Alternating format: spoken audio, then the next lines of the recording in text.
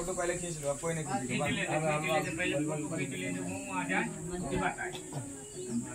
बैठ जाओ, बैठने के बाद जिसको जहाँ जगह मिल जाए प्रेम से बैठो।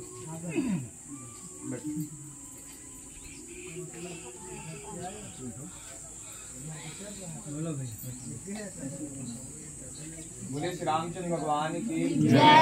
अब आप लोग 2 मिनट शांत हैं। ये स्फटिक शिला है, जो ऐसा पत्थर सारे चित्रकूट में कहीं नहीं है। यहाँ प्रभु श्री रामचंद्र जी और माता सीता जी इसी स्फटिक शिला पर बैठे हुए थे।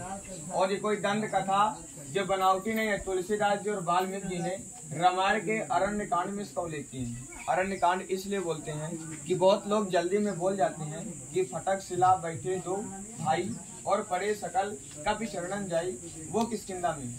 जहाँ सुग्रीव और बाली की राज थी वो सुंदर कांड है। और आप लोग जिस पे बैठे हैं ये रामायण के अरण्य कांड में है।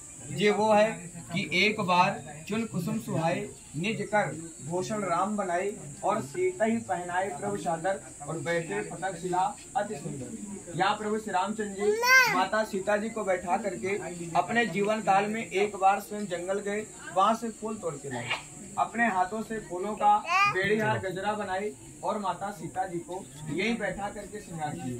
तभी इंद्र का पुत्र जयंत, कौवा जानते हैं, कौवा कागड़ा कौवा, कौवे के वेश में आकर के माता सीता जी के चरण यानी कि पैर में चोंच मार के भग जाता है। तभी राम जी देखते हैं कि माता सीता जी के चरण से खून बह रहा है, तो क्रोधित होते हैं और एक बाण का तिनका उसके पीछे छोड़ देते हैं।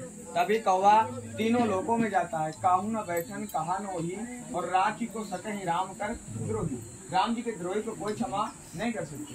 तभी नारद जी देखते हैं कौवा 3 लोकों में भटक रहा है, ब्रह्मा विष्णु महेश, लेकिन कोई शरण नहीं देता। तभी नारद जी बोलते हैं कि तू पुनः राम जी के चरणों में जा, वही तुझे क्षमा करेंगे, अन्यथा पूरे संसार में कोई क्षमा करने वाला नहीं है।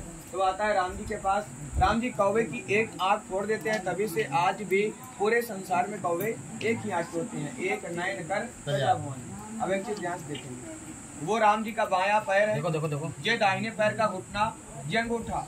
जब घुटना टेक करके कौवे को बाण मारे, वहाँ राम जी बैठे थे, यहाँ माता सीता जी, और ये माता सीता जी का चरण यानी कि पैर, नीचे लक्ष्मण शिला और ऊपर श्री राम जानकी मंदिर। अब एक चीज ध्यान से देखेंगे, भगवान ना हमारे यहाँ कोई डर ना जबरदस्ती।